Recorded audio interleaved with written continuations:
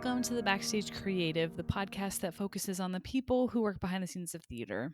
My name is Krista Copper, and I am a musician who loves theater and who loves to talk to people who do all of the behind the scenes work that go into creating a live production. Today is my conversation with Victoria Deiorio. She's a Chicago based sound designer, and I really loved this conversation, and I hope that you'll love this conversation as well. If you would be so kind, I would so appreciate it if you would leave a rating or a review for this podcast. Come on over to the Backstage Creative on Facebook, subscribe, all of the things. I would greatly appreciate it. Here we go. Here's my conversation with Victoria Deiorio.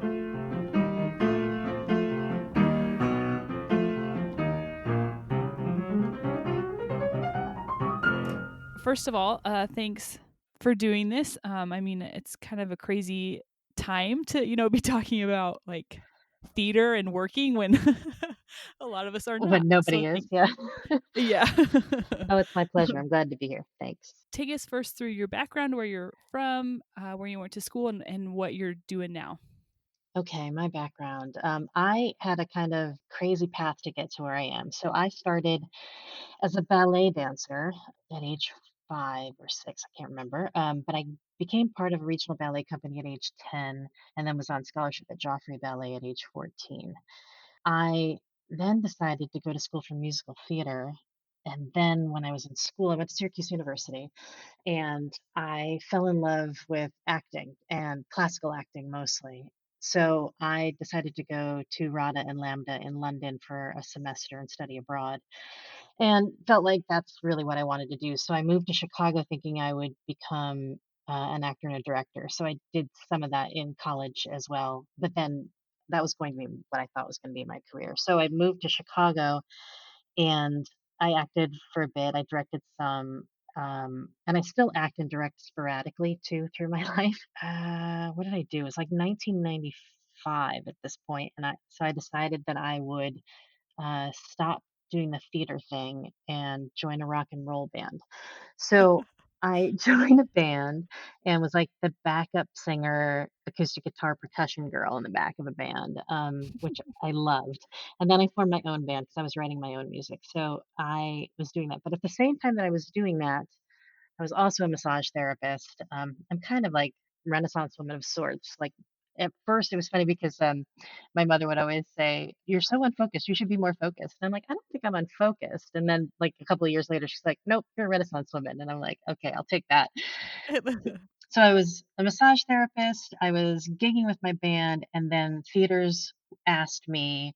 Theaters that companies that I had known in Chicago that I had acted and directed with, had asked me to write music for a show. So the first one was for Rivendell Theater Ensemble, which is a company that I helped found in Chicago, which is an all not it's not all women, but it's women fronted, and everything is in support of women doing the work. They had asked me to write music and do sound design, and I just thought, "Sure, I'm pretty sure I can do that." And I did that show, and from that point forward, that never stopped, and it started taking over everything else, and I had to let go of everything else as I went. And then as I kept going through sound design and composition, I found times in there to act and direct as well, but it's a harder schedule, obviously. It's an easier schedule to do sound design. It's a shorter schedule, I should say, not necessarily easier. Um, and then, when I got to age 40, much later, I realized that I needed a little bit more security going into, the later part of my life. So when the position came up at DePaul to teach, I really felt like I had wanted to give back to the industry my perspective and what I had learned of sound design along the way. So I kind of came at it from the performative side and directing side, and then shifted over into tech. And then now I'm kind of teaching all of it put together. So that's my roundabout way of how I got to where I am. Isn't it funny? Like I think so many people that I've talked to, say like, "Well, this wasn't what I planned, but but here's where I am." And I it seems like that's kind of the a theme of everyone's story of none of us are really where we thought we were going to be when we started out.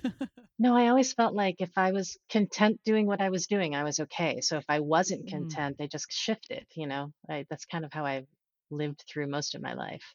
So whenever I was like, I don't know if I want to do this anymore, I'd be like, well, what else do I want to do? And then I would shift. How does having that diverse background in dancing and acting and directing, how does that help you do sound design specifically?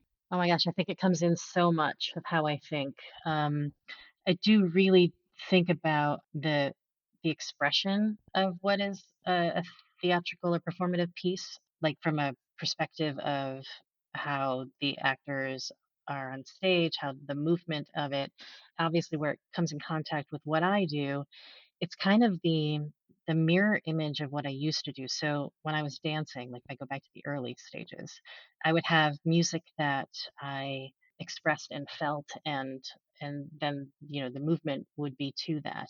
And now I can look at movement and the visual aspect of movement on stage and I can really feel the music and sound should be underneath it because I know what it's like on the other side of it.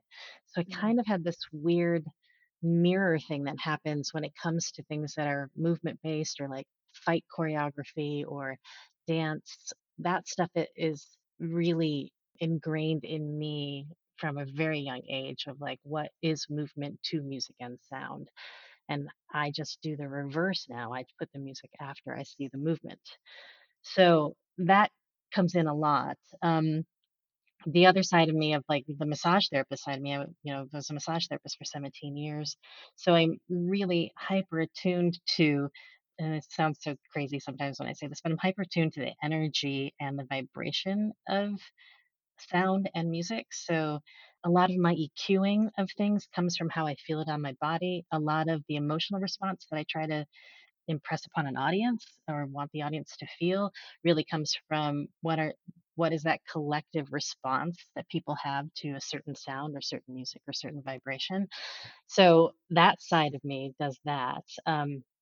Directorially, I have a shorthand with most of the directors that I work with, I think because I have directed.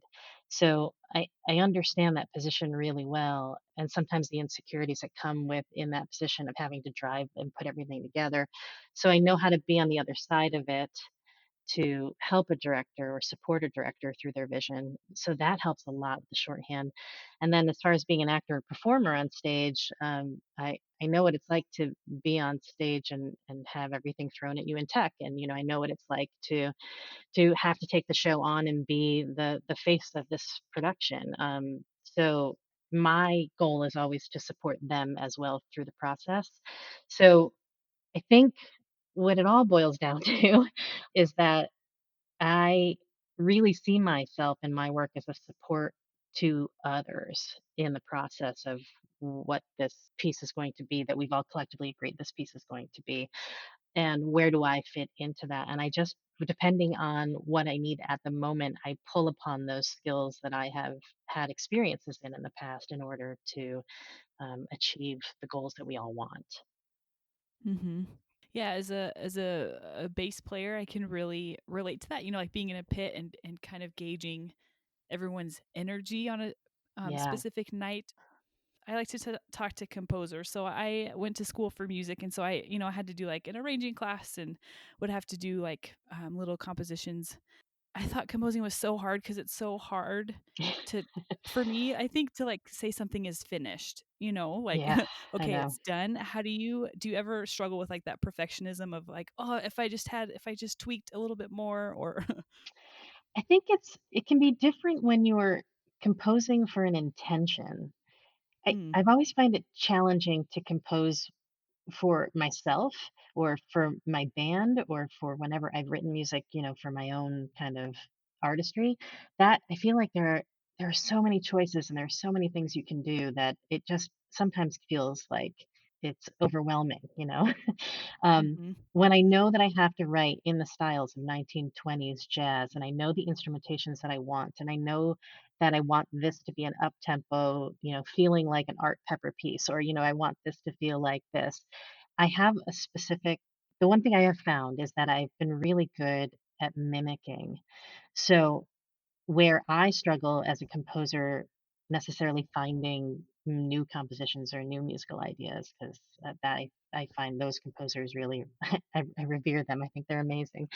Tend to mimic more in order to evoke response. So I try to find inspiration pieces that speak to me about a moment or speak to me about what I'm trying to achieve.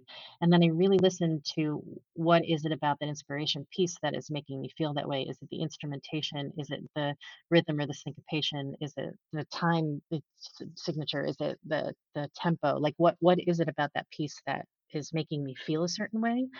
And then I go and figure that out and start putting my pieces together.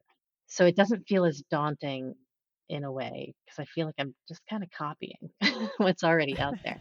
Because I want people to be like, "Oh, this really reminds me of the 40s or this really reminds me of the 70s." Like I want them to do that. I want them to associate so that they know what I'm trying to do. So I actually think the mimicking side of it helps me out. Sure. Do you have a favorite like style or genre that you like to compose in?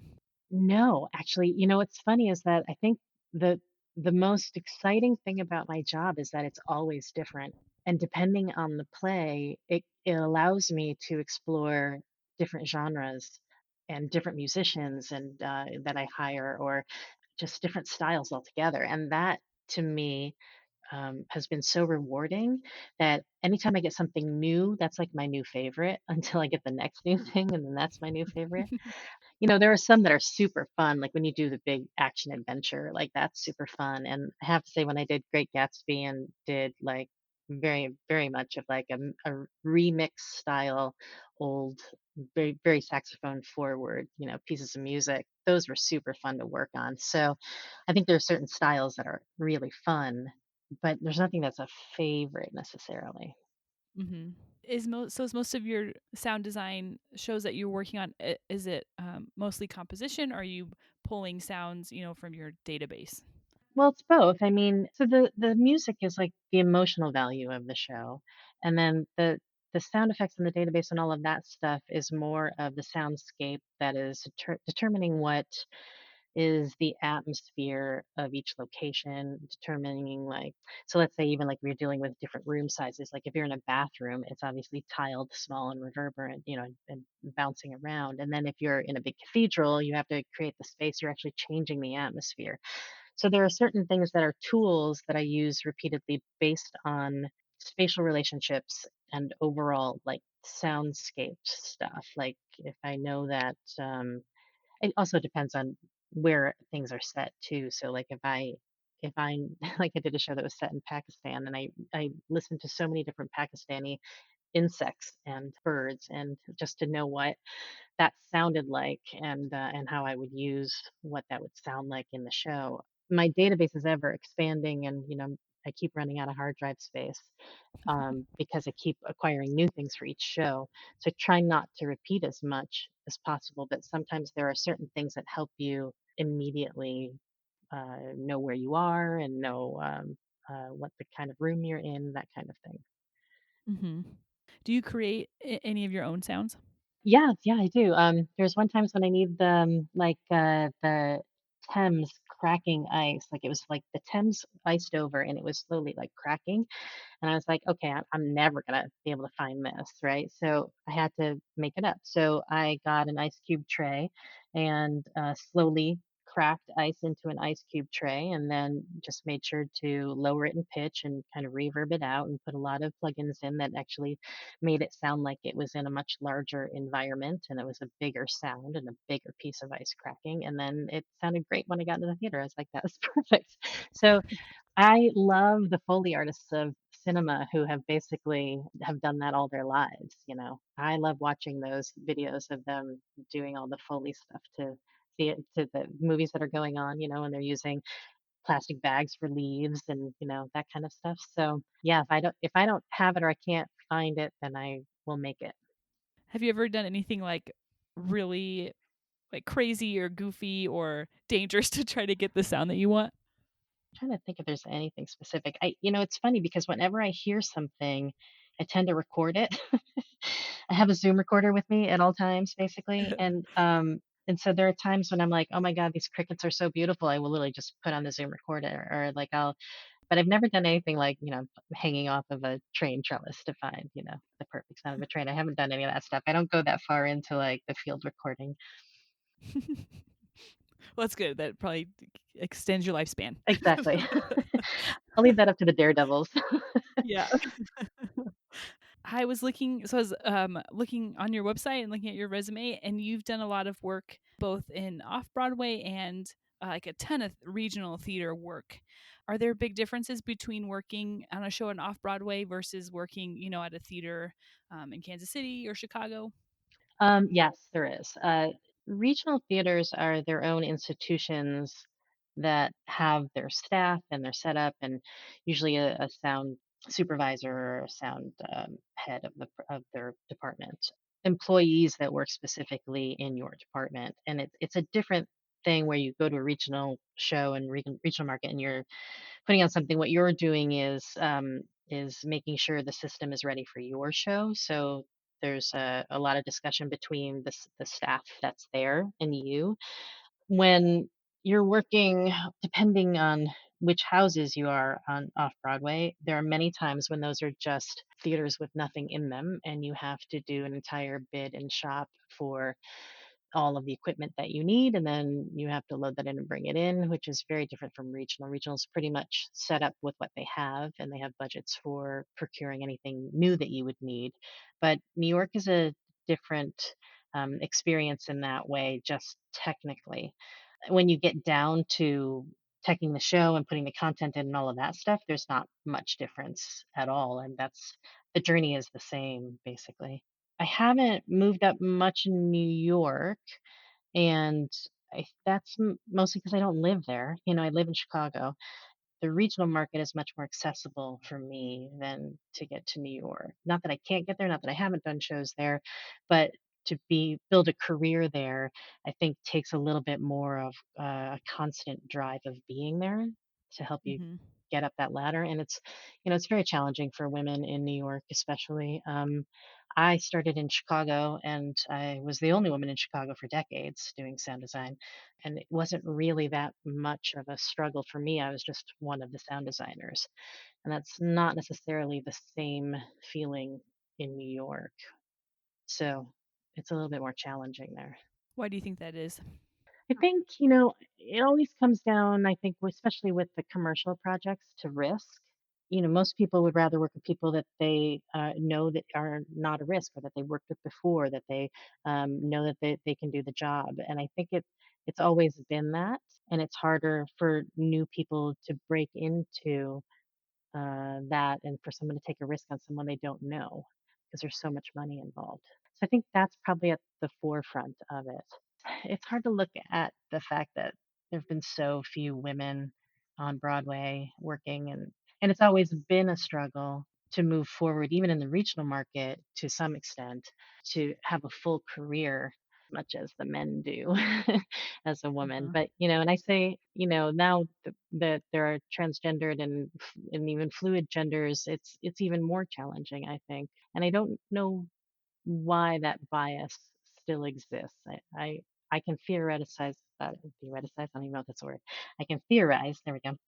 I can theorize about it for hours, but I've never been able to understand why someone who has started at the same time I have, that has the same amount of skill, that has the same amount of awards and accolades, will be much further on in their career because they're male than me, who's a woman. And so I just had to learn to accept that as my path, and really choose my work according to who I wanted to work with, what shows I wanted to work with, and then also will advance my career. But I really wanted to be able to look back on my work as something of an artistic path that I wanted to do, that I chose to do, that I valued. So I kind of shifted my thinking fairly early on, when I would see the men who had even started after me surpass me very quickly. Mhm. as far as a career path goes. So I just, I just accepted it and moved on and learned to be content with what I was doing on because the shows that I worked on were so gratifying to me. Like I really appreciate that collaborative effort of a show putting pieces together with other artists. I There's something about that magic that fuels me. And so I just concentrated on that and made sure that all of my shows were just really positive, beautiful experiences as much as I could. And then that way I would be happy if I when I looked back on my life. And it wouldn't matter if I had, accolades of a grander scale. Mm. Oh, that was so well said. Oh my gosh. Yeah, you're speaking my language there. I mean, I can relate to everything you just said.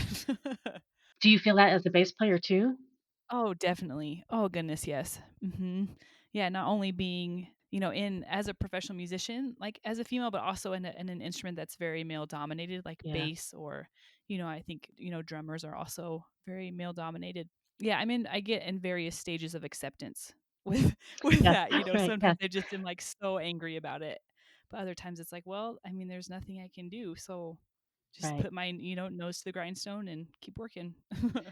Yeah, and I've also been really inspired by the other women in other fields too. So there's, scenic designers and lighting designers have had to do the same thing, and I have colleagues that are older than me that were forging ahead in their fields, and I saw them go through it, and so I was like, if they can do it, I can do it, Mhm. So even on the low points, whenever it got that angry low, I need to quit. I need to be done with this.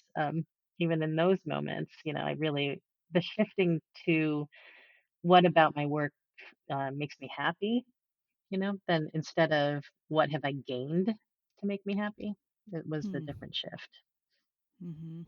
Yeah, I found out about you from an article, Women Making Sound Waves: Reflections from 6 Leading Sound Designers, and I was so encouraged by that article, and I think a lot of times sometimes just, like, talking about, like, it's sometimes really frustrating to be a female in this industry. I think that has a lot of power because then you realize, like, "Okay, I'm not crazy, like, I'm not making this up." Yeah, it's remarkable to me that there's still a gender gap. Mhm. I feel like, and this is so off topic probably from what we were normally talking about, but it feels like it until the world or the nation or whatever, like a bigger power, basically, a bigger group of people really makes a stand so that people have to do it, have to change. Like we've seen this change happen with the Me Too movement, but that's really about domination and power of men over women, and Mm, unfortunately towards a sexual nature, which is sad. But the idea that underrepresentation in the arts has to be fought for is amazing to me. And what is fabulous is that people are embracing diverse cultures now finally and really seeing them from what they are. But they had to almost be bullied into doing it, But I don't think that happens for women necessarily. mm. And I don't know why. Like, why do we still make less money on the dollar than the man? I'm not quite sure what it will actually take. And the funny thing about the arts is that, especially for theater, the audience is the majority of them are women in the audience. So you would think that it would translate, but the underrepresented voices include women as well. So Yeah, being a quarter of the way through the 21st century, I've been asking myself a lot of, like, why? Like, why is this still an issue? Yeah, I don't know. I don't know if there's an answer to that, so we'll move on. and if we had an answer to that, we would solve all the problems. Yeah. There would be equality for all. Yeah. Maybe one day. Maybe. Let's switch gears and talk about the creative team and being a part of the creative team. What are some characteristics of a creative team that you walk into the room and like make you excited to be there? Passion, for one. I think the minute I see someone who's passionate about what they do, I'm super excited. I love creating with other people. So I'm trying to think of like my best collaborators and what their qualities are that I like about them. I like that they have a vision or they have a really concrete idea of how to approach something. It makes it easier for you to bounce your ideas off of them. I like when they understand you and what you bring to a project, because then you almost have a freedom to do whatever. Like I think the hardest part is when you feel stifled in a creative environment. So anything that opens up that flow and that exchange of ideas and communication is, I think, the key to it all, because even what you think might be the dumbest idea that comes out of your mouth might spur into something really magical that nobody would have thought about before, because it, brought everybody into a different path. So, but you have to have the space, and you have to be willing and be vulnerable enough to be able to even say the dumb comment. I teach a class about collaboration, so I talk about this all the time, and like how to own what you bring to the table and leave space for others to bring what they bring to the table, and then how you add upon things without denying anybody their artistry, and to remember that everybody's really vulnerable in the process, and they really care about what they're doing, and it means something to them. And as long as you respect that along the way, you can pretty much accomplish almost anything really in creativity wise, how you approach it. To me, it's that bouncing of ideas. I think it's the passion behind the art that keeps people driven. I think it's the clarity of goal and intention, and then how people treat each other as collaborators. So I think all those things kind of mixed together make a really great collaboration.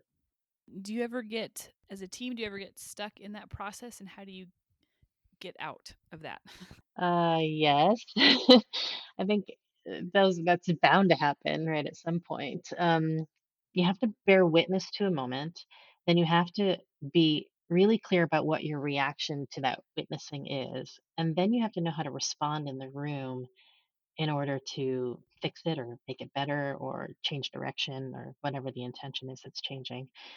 And I think that those things, they come at moments where you have to be reminded of what you talked about before you got to this moment. So there are months leading up to tech and the times when you're actually putting everything together. And in those moments where you're stuck, you have to remind each other what you talked about before, what your intentions were before you got there. Like what was your big dream idea before we even got to the nitty-gritty of like the actual tangible items. And then you have to assess, well, are we still married to that idea, or is it okay if we change it? So a lot of it goes back to the script, especially in the playwright and the playwright's intentions. And then it goes back to the director and then the director's intentions to get this script delivered to an audience. And then, what is the audience impression? So the moments where you're in previews and an audience isn't responding the way you want them to respond and you need to change that, that's you have actual direct give and take with an audience to determine that. But there are times when you don't necessarily have that you have to do that amongst yourselves. But a lot of that is returning back to what your thoughts and intentions were before getting here, and then reassessing. So you're constantly in a reflexive mode during most of the process, that you witness something, you react, you respond. And that happens over and over and over and over again in order to make sure that everybody's coming together to meet a common goal, and then that everybody's intention is the same. One of the things that I'm realizing that I like about the creative process that I didn't used to like was the messiness of it. Hmm. There's a lot of discussion, and sometimes you spend time going down a path that you eventually have to abandon, and come back, kind of like Hmm. what you're saying, go back to your original thought. That creativity can be really messy. Yeah, and you don't know unless you try it too. Like, Mhm. you literally have to stop and go, "Okay, let's just try it," and then we'll try it and be like, "Oh god, no." No, or you try it and you're like, "Yes, that's it." So you have to actually be open to failing and open to being messy, absolutely. Mhm. That's actually kind of fun in my mind. It's like finger painting is way more fun than painting with a brush, like getting Right, more more invested in it. right. Let's talk about teaching, because that seems like that's a big part of what you do. So you're the head of sound design at DePaul, is that right? Yes, I'm also, the chair of the design tech program now too, so we have 9 programs that I oversee, and then I'm also the head of sound design.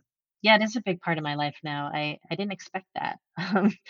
The position came up, and I have always, whenever I've worked with any DePaul grads, I've always loved how collaborative they were. I loved their use of language. I always got along really well with them. And I was like, this school really does well in creating artists for theater. And they didn't have a sound program, and so they were building one, and this was 2008. And so I just put my hat in, and for some reason, they chose me with no no teaching experience beforehand. And I've asked them, I'm like, "Why did you choose me? I had no experience." And they said that I came in with a plan. I came in literally with, like, this is how I would teach for the coming of, like, the sound designers coming of age now, because I had a really strong idea of the artistry of sound design. And because I think I acted and directed and danced and did all those other things, that I didn't ever look at it from the technical side of it. Although, you have to love the technology in order to create the art, and you have to love the art in order to have the technology. It's kind of about both ways. But I never really came at it from the technical side. I really came from it from the artistic side. And I wanted that to be part of the future of sound design. I didn't want that to go away as technology was advancing. So I felt really strongly about teaching that side of it. And I think also, I didn't have children. So there's part of me that feels like I'm actually passing down information to another generation. There is something that feels it's not like they're my children, but it's very much of mentor apprenticeship kind of feeling in my program, and I really like that about it. So there's something that I get out of seeing them really work towards something and achieving their goals. Like, my God, that's like the most amazing feeling when you see your students achieve their goals, and when they learn something new and the light goes off in their eyes. That's addicting. So I didn't realize how much I would really like this part of my life. I looked at it as, like, more industry wide when I first got into it, of like, this is what I think needs to be taught. And then now I'm at a point where, no, this is actually really rewarding for me to see and be a part of and watch, like, the generations pass, because it's now been 12 years. So it's quite interesting to see that. What are some of your priorities when helping students, preparing them for the professional world? First and foremost, I want my students to know where they are in their life, as far as where their knowledge is and where their career path is, and really be cognizant of what they know and what they don't know. Because there's really something to being humble about what you don't know, but being confident about what you do know. So it's really important to me that they understand that balance, and enter into the workforce with complete knowledge that they may not know everything, but that they're really confident about all the things they have learned through experience getting to this point. So I think that's first and foremost, just as people, to make them human beings that will collaborate well in an artistic setting. I think as far as sound design goes, there are some tools that have made sound design appear pretty easy, where you can program cues in QLab, and you can have it fade out and whatever. And I can put this music in for a transition, and I can have this dog barking, and it can appear to be very easy, but I try to stress that it is much more of a physiological art of how sound waves hit a human body. It is really psychological because of the associations that we have to sound and music, whether it's an evolutionary response or associational response to music and sound. Being able to be true to different cultures and different countries and different ideas that these playwrights are bringing forward, there has to be a sensitivity and a strong research into the anthropology of who's listening to what, when, and where, and why. Like, is it because this music was heard on the radio, or this was distributed, through jukeboxes, or, like, depending on the time period. And so you have to really know history, you need to know anthropology, sociology, you have to know spatial relations and, just the math side of like what a room is, so like the detail you can get into in the specificity of how you are impressing upon an audience to react a certain way and to create that emotional journey, that takes a lot of thought, and the more detailed you get about all of those things that you put into it, the richer the design is gonna be, and it makes you stand apart from those that are just choosing music and putting in music into a transition. There's a little bit more specificity of intention. So I try to stress with my students the depth of knowledge that they have to learn. So there are different courses that they end up taking, outside of the program of like religion courses and history courses, music theory, obviously, like all these other courses to help them just gain more knowledge about life in general so that they can apply that to how they want a group of human beings to respond. How do you help guide students? With the skills that you're teaching them, there's, multiple different paths that they can go down. And Mhm. even in the sound world, you can be a sound engineer, designer, musician. How do you help students find the path that they want to go down if they're struggling to find that? There are a lot of, jobs you can get with sound, and there's more and more every day, it feels like. What's great at DePaul is that we have the College of Digital Media that also teaches sound for gaming, animation, television, film, Foley, field recording, that kind of stuff. So they have courses down there and they work in Pro Tools and we work in Logic. So between the two units, sound designers can actually get a wide range. We really deal with the live performative side of it, whereas they are dealing more with the actual applying it to other mediums. And then the music school has their own recording thing, but that is really like studio recording. That is, equally it's a conservatory as well, just like ours, so that's a little bit more challenging for our students to get into, but between those, that helps a lot as far as them experiencing what the work would be like if you're okay sitting at a computer for hours upon hours in order to do gaming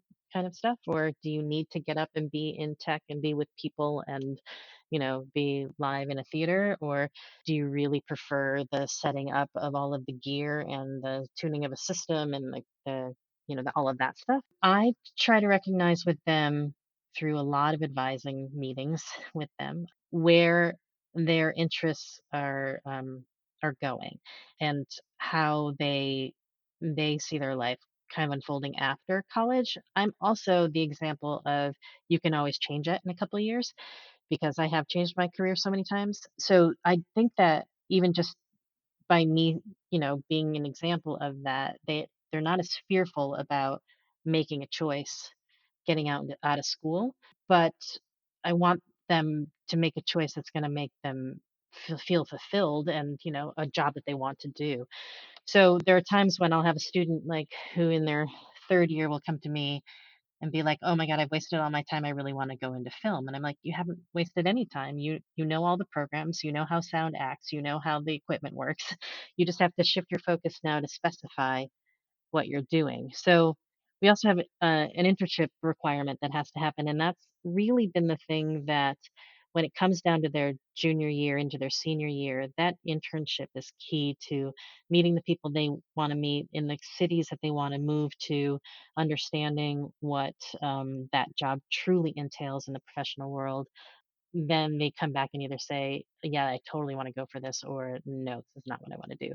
So that internship really helps a lot in that guidance. But, I think it's kind of remarkable to see what my students have done after leaving school. One has built a business of his own, consulting and designing for corporate events. I have one at Disney, one at Cirque.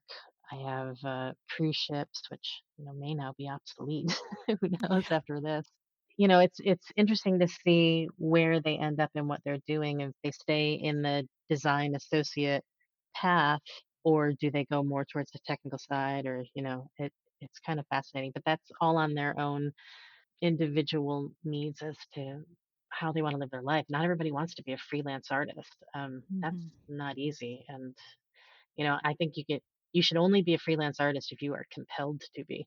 I don't if you can do something else, everyone says this, but if you can do something else or wanna do something else, you probably should. I Because I think there are so many times where you're worrying about money coming in, or you're worrying about your next job, or you've had a few in a row that, weren't very fulfilling, and you have to get past that. Like, all of that stuff is you have to have really thick skin for, and that's Mhm. really not for everybody. But I think what is really wonderful about sound is that there are so many different ways to be able to even make sure that you have a job, even if you're pursuing something that's more artistic. You have skills. It's really tangible out of all of the fields. I feel like it's really tangible. So I don't worry too much about my students.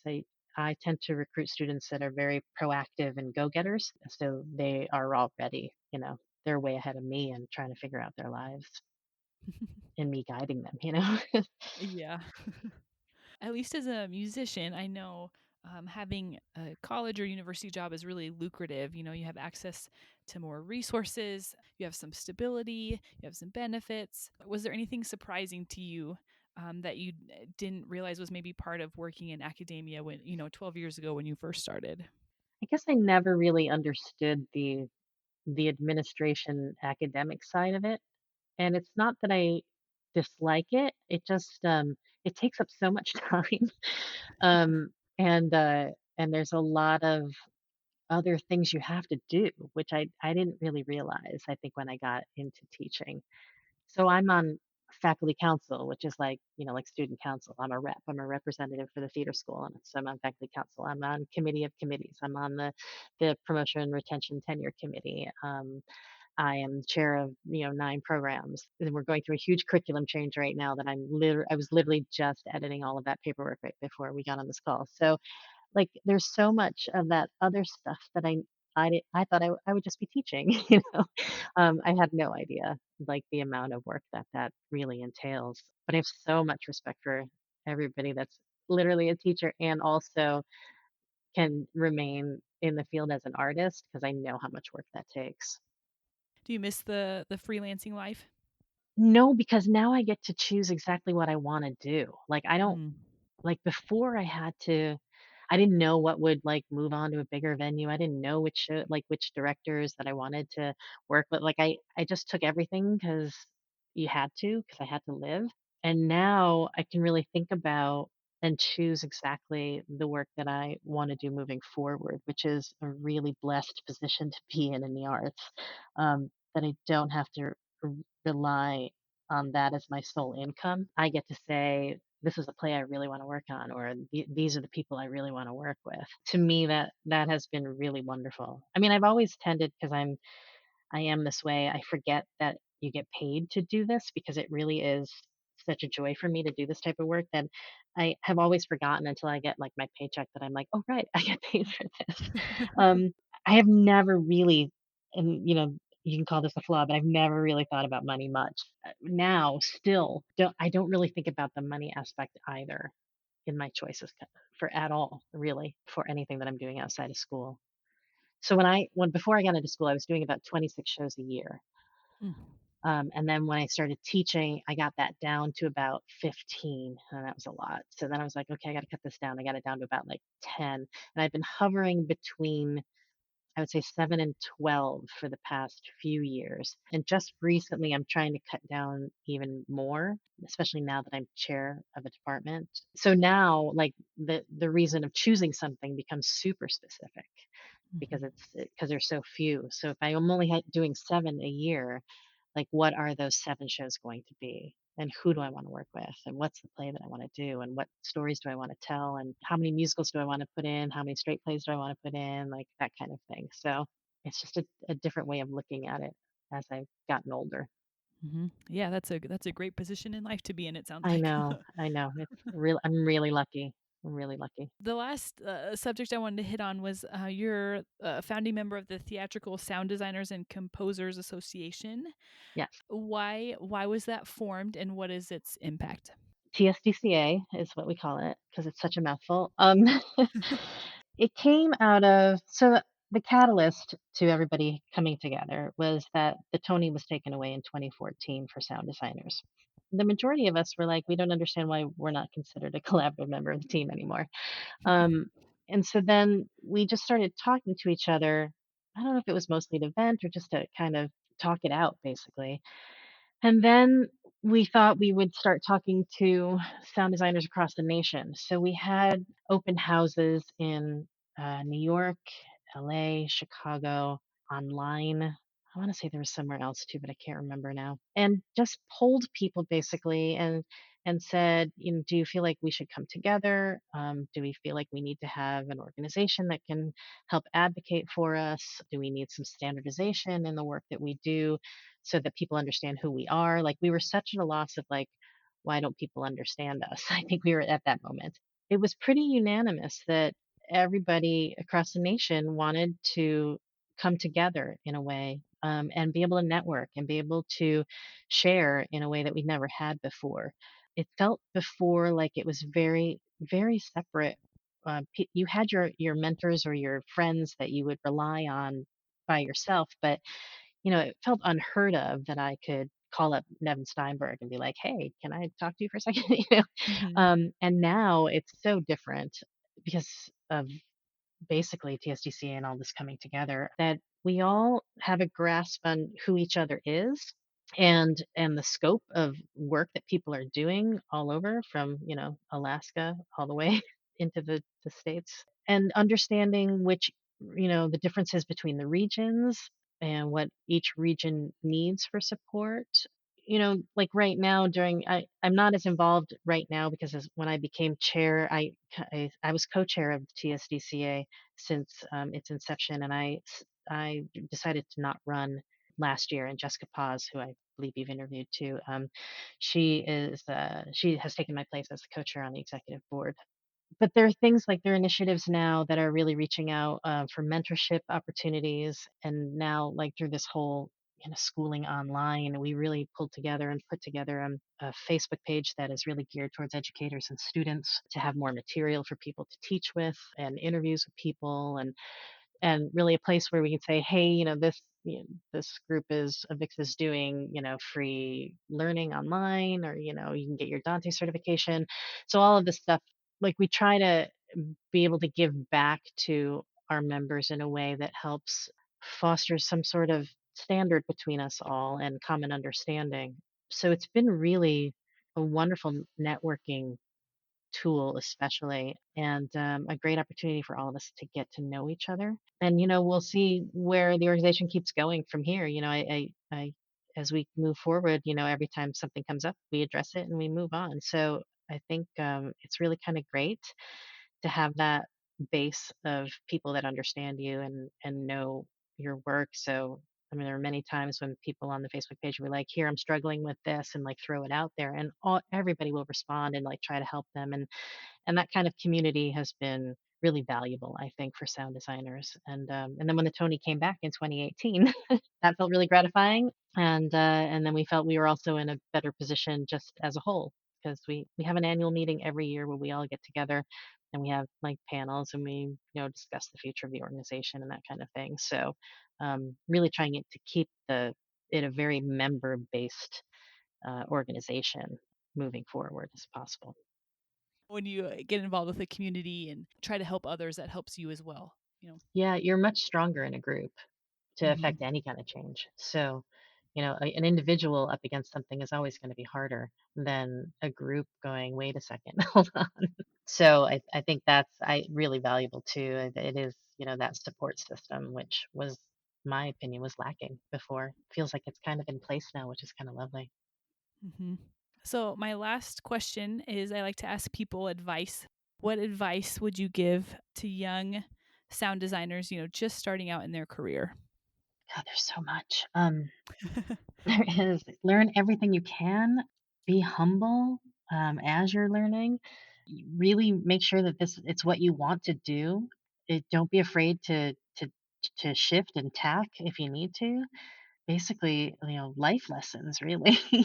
find somebody who is doing the work that you want to do and talk to them and network and meet people, because I think it really comes down, yes, you have to have skills and you have to learn those skills, so learn them, but it really does come down to who you know, and who knows you, and that it is really still a people industry, and that's really important part of the skill set to have moving forward. But make sure that you really, really wanna do this work too.